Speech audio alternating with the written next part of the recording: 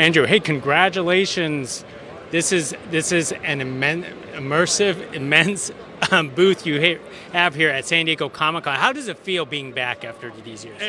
Not only does it feel wonderful to be back with our fans in person at Comic-Con, which we've been away from for years, but to do it with this booth is really inviting. And it's inviting for a couple of reasons. Number one, the size, right? It's about 3 or 4 times bigger than any booth we've ever had. But more importantly, our fans can walk through the booth and have that experience, even if they don't have the opportunity to buy something. If they weren't able to get a ticket to get in line, they can still come through and understand what's happening at the Loungefly brand, the Mondo brand, and the Funko brand. So that's what, to me, is the most exciting thing about being back. Now, of course, all of the 3 brands are represented here, but they're all represented in different ways. Yeah. Let's talk about your newest acquisition, Mondo. I mean, it's barely the ink is dry on that contract, and they're already making a big presence here. Oh, yeah. Not only that, but like seeing their presence here in our booth really drives home that this was the right decision for Funko as far as an acquisition was concerned. Our goal is to help them build that Mondo brand and grow that Mondo brand. If you see the products in their booth, whether it be the high-end collectibles or the posters or the collectible vinyl, it's just beautiful product. And this extends our ability to talk to new fans and continue to cater to our fans who are fans of everything. Everyone's a fan of something, and I think that extends to what they like to collect as well. Now, for myself, being from the entertainment industry, we're already familiar with Mondo because of their vinyls, because of their posters. But how does this actually fit into the family of Funko? That's a really good question. So as we look at the opportunities in front of us to expand our category reach, we look to find ways that we can either do it ourselves internally. Like, for example, we expanded last year into the greeting card aisle with our Popsies collectible. We developed that in-house. We innovated in the card aisle. With other brands, we don't think we have the ability to do that in-house. So, for example, when we bought Loungefly, we weren't going to ever start making mini backpacks, wallets, accessories. That's not something we were going to do. So we acquired that capability. We felt the same way about the poster, the vinyl, record, and the high-end collectible. They've got a brand. They're known for that. We can now deliver more product categories and different price points for our fans. Absolutely, and Loungefly has taken off. Tell us about this, what secret you had trying to expand its offerings. Yeah, so it's funny, right?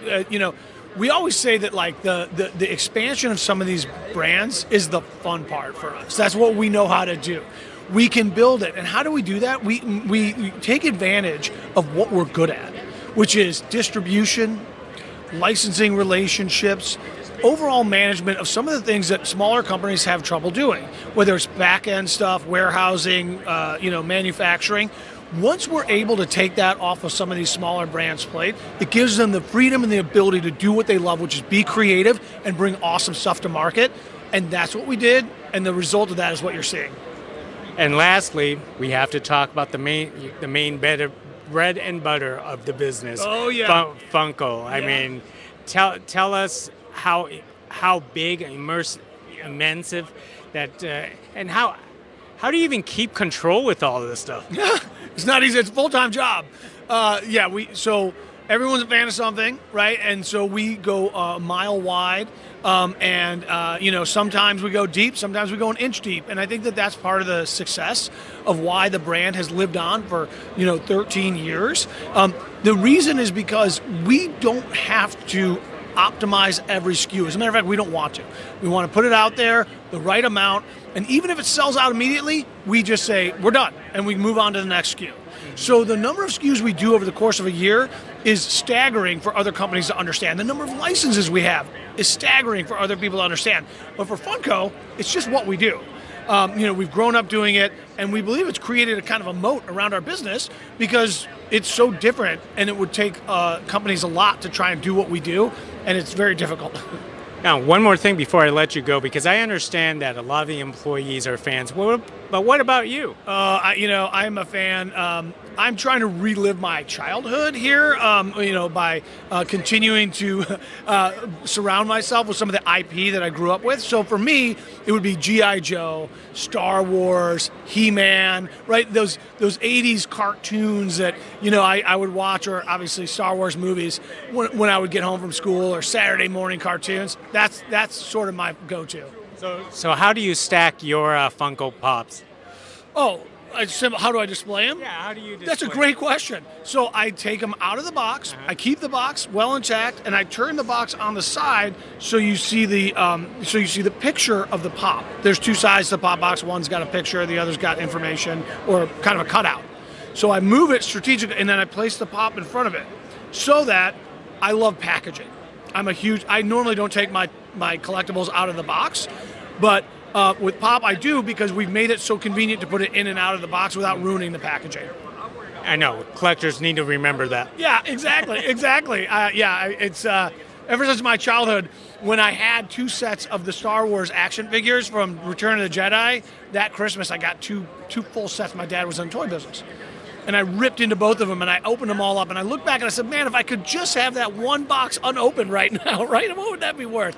So that's stuck with me ever since. I leave most of them in the box. Okay, and real fast, because we are talking about almost 200,000 people going to be here. What is the thing that they should come to Funkelville to immediately acquire?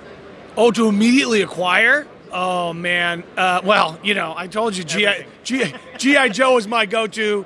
We have a Serpentor pop, which is one of my favorites. I would say that.